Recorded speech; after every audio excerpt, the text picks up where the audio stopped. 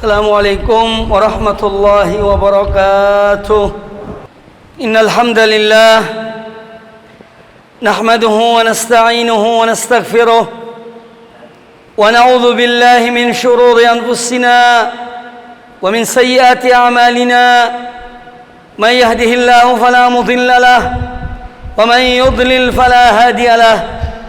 Wa asyhadu an la ilaha illallah wahdahu la syarika lahu وأشهد أن محمدا عبده ورسوله يا أيها الذين آمنوا اتقوا الله حق تقاته ولا تموتن إلا وأنتم مسلمون يا أيها الناس اتقوا ربكم الذي خلقكم من نفس واحدة وخلق منها زوجها وبث منهما رجالا كثيرا ونساء واتقوا الله الذي تساءلون به والأرحام إن الله كان عليكم رقيبا يا أيها الذين آمنوا اتقوا الله وقولوا قولا سديدا يصلح لكم أعمالكم ويغفر لكم ذنوبكم ومن يطع الله ورسوله فقد فاز فوزا عظيما. أما بعد فيا عباد الله أوصيكم وإياي نفسي بتقوى الله فقد فاز المتقون.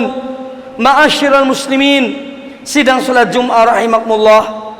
Pertama-tama, marilah kita senantiasa meningkatkan ketakwaan kita kepada Allah Subhanahu wa ta'ala dan melaksanakan perintah-perintahnya dan menjauhi larangan-larangannya.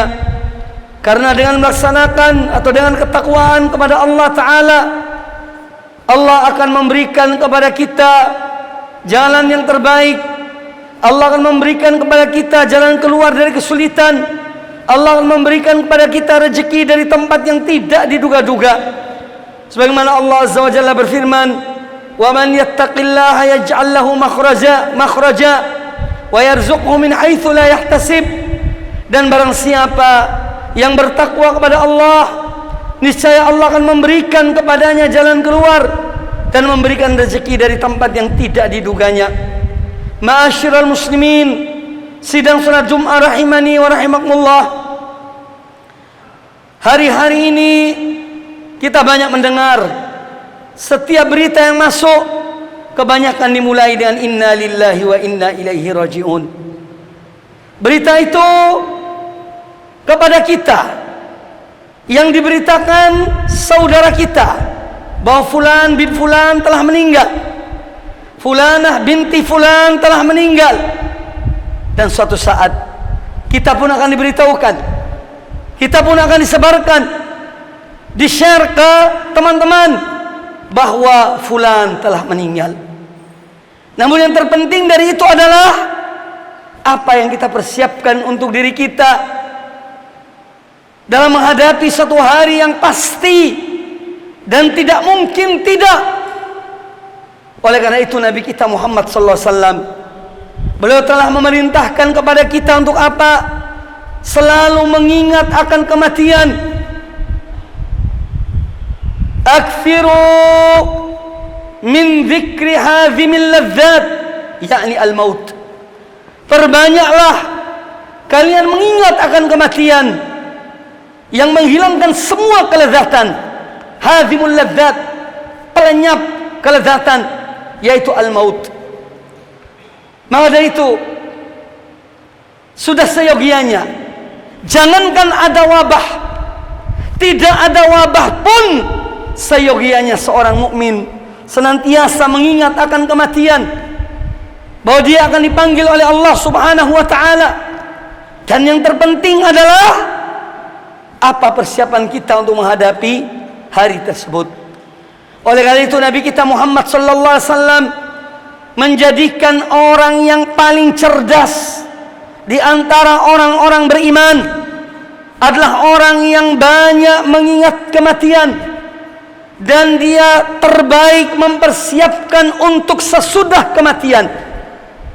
Kecerdasan dalam pandangan Islam bukan orang yang IQ-nya tinggi, tetapi orang yang banyak mengingat kematian dan dia senantiasa mempersiapkan untuk sesudah kematian.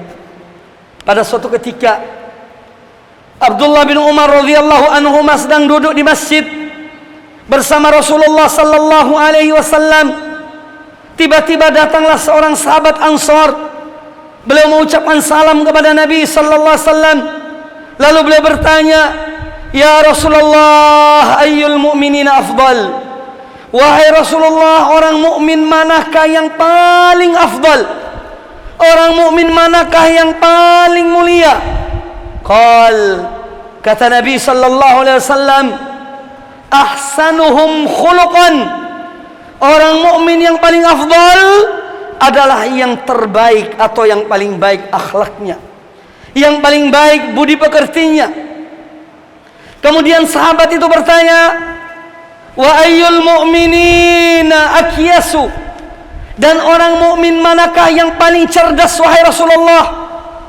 Maka dijawab oleh Nabi sallallahu alaihi wasallam, aktsaruhum lil mauti dzikran wa ahsanuhum lima ba'dal mauti isti'dadan. Orang mukmin yang paling cerdas adalah orang mukmin yang paling banyak mengingat akan kematian dan paling baik persiapannya untuk sesudah kematian. Itulah kecerdasan yang didefinisikan oleh Sayyidul Mursalin, Nabi kita Muhammad sallallahu alaihi wasallam. Maka dari itu kaum muslimin sidang salat Jumat rahimani wa rahimakumullah, mari kita mengambil pelajaran dari setiap kejadian. Apa yang kita lihat dan kita saksikan, apa yang kita dengar dan kita saksikan, mari kita mengambil pelajaran. Ketika Allah subhanahu wa ta'ala menurunkan wabah kepada manusia di zaman kita ini sebagai peringatan bagi hamba-hambanya bahwasanya mereka adalah orang-orang yang lemah, tidak mempunyai kekuatan apa-apa. La haula wala quwata illa billah. Tidak ada daya dan kekuatan kecuali dan pertolongan Allah subhanahu wa ta'ala. Allah menurunkan wabah ini agar manusia, khususnya kaum muslimin, tidak lupa akan akhirat, supaya dia mengetahui tentang dirinya dan mempersiapkan dirinya untuk sesudah kematian, agar dia bertobat pada Allah subhanahu wa ta'ala, kembali kepada Allah subhanahu wa ta'ala, karena Allah senang, Allah gembira ketika hamba-hambanya kembali kepada Allah subhanahu wa ta'ala, bertobat pada Allah subhanahu wa ta'ala. Maka dari itu kaum muslimin rahimakumullah, marilah kita dalam menghadapi apa yang kita hadapi, kesulitan-kesulitan yang kita hadapi, yang pertama, hadapilah dengan penuh keyakinan kepada Allah subhanahu wa ta'ala, bahwa Allah subhanahu wa ta'ala zat yang maha pengasih dan penyayang. Allah subhanahu wa ta'ala tidak menzalimi hamba-hambanya. Allah subhanahu wa ta'ala menginginkan kebaikan bagi hamba-hambanya. Apabila kita berhusnudzon, berprasangka baik pada Allah ta'ala, maka beban yang berat akan menjadi ringan. Yang kedua, hendaklah dalam menghadapi ini semuanya kita kembali kepada Allah ta'ala dan bertaubat, memohon ampun pada Allah ta'ala.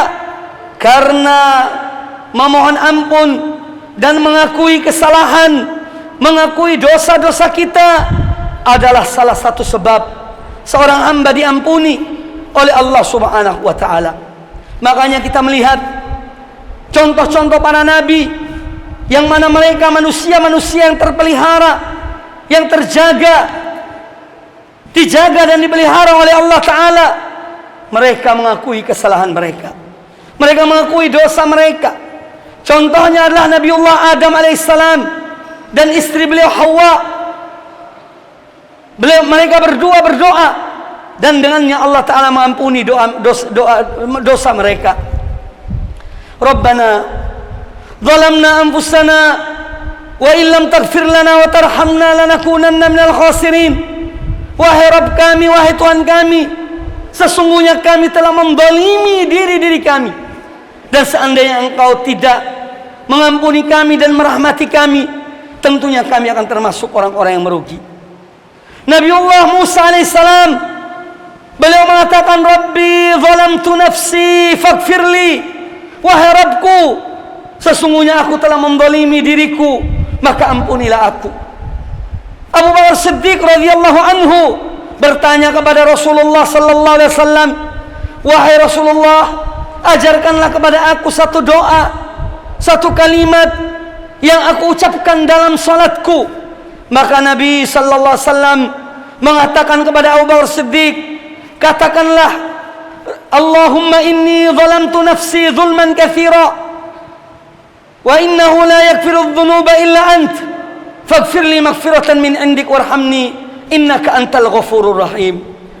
Maka Nabi SAW mengajarkan kepada Abu Bakar Siddiq agar beliau membaca di akhir salatnya sebelum salam, ucapkanlah Allahumma inni zalamtu nafsi zulman katsira, ya Allah, sesungguhnya aku telah mendolimi diriku dan kezaliman yang banyak. Wa innahu la yaghfiru dzunuba illa ant, dan bahwasanya tidak ada yang mengampuni dosa kecuali Engkau, ya Allah. Faghfir li maghfiratan min indik warhamni, maka ampunilah aku dengan satu ampunan dari sisimu dan rahmatilah aku. Innaka antal ghafurur rahim, sesungguhnya Engkau zat yang Maha Pengampun lagi Maha Penyayang. Ma'asyiral muslimin, sidang salat Jumat rahimani wa rahimakumullah, sebagaimana kita pun dalam kondisi seperti ini, kita jangan menggampangkan masalah sebab. Walaupun sebab bukan segala-galanya, karena kembali kepada takdir Allah subhanahu wa ta'ala, namun kita diperintahkan oleh Allah untuk melakukan sebab.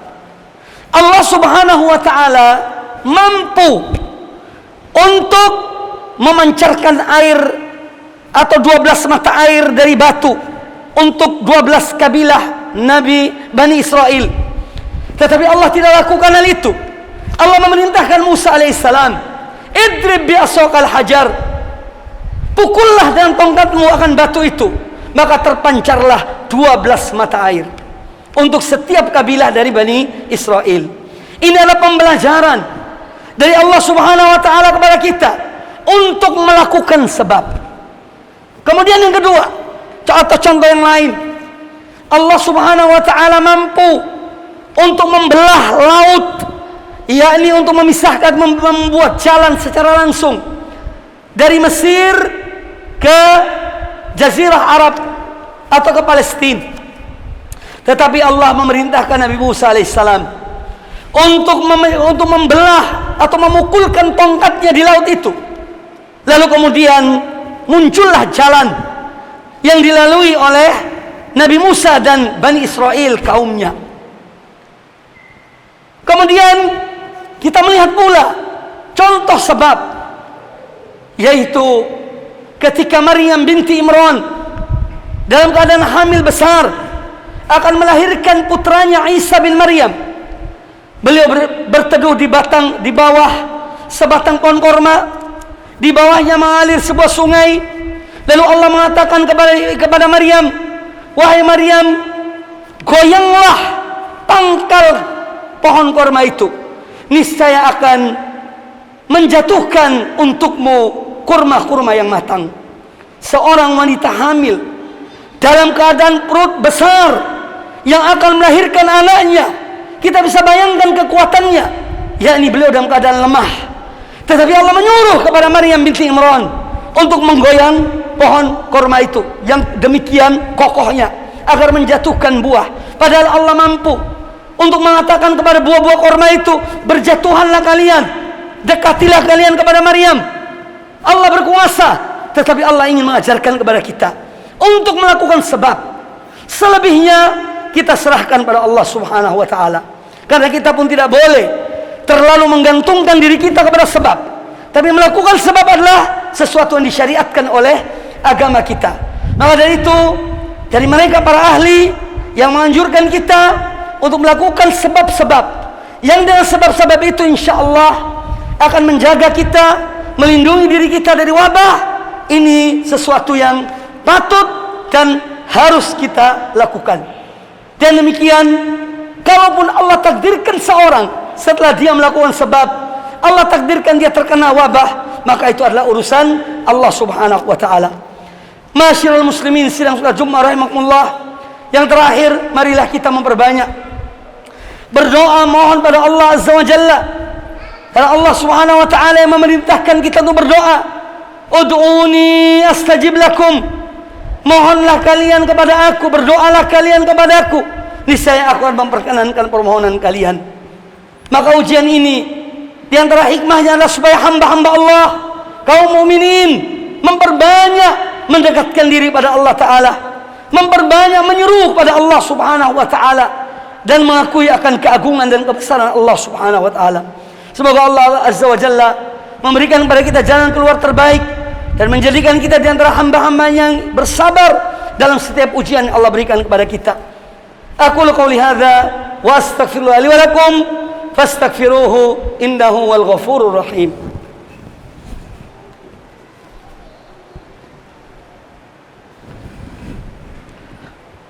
Alhamdulillahi rabbil alamin wal aqibatu lil muttaqin wa la udwana illa 'alal zalimin. Wassalatu wassalamu ala asyrafil anbiya'i wal mursalin wa ala alihi washabihi ajma'in. Ma'asyiral muslimin, sidang salat Jumat rahimani wa rahimakumullah. Kita berdoa dan mohon pada Allah Azza wa Jalla agar Allah Subhanahu wa taala menyembuhkan orang-orang yang sakit di antara kita kaum muslimin.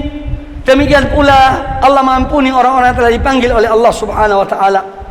Dan kita terus mendekatkan diri pada Allah Ta'ala dengan memperbanyak ibadah, memperbanyak amal-amal kebaikan dan amal saleh, agar ketika kita dipanggil oleh Allah Ta'ala dalam keadaan husnul khatimah, mati dalam keadaan baik, mati dalam keadaan ibadah pada Allah Subhanahu wa Ta'ala.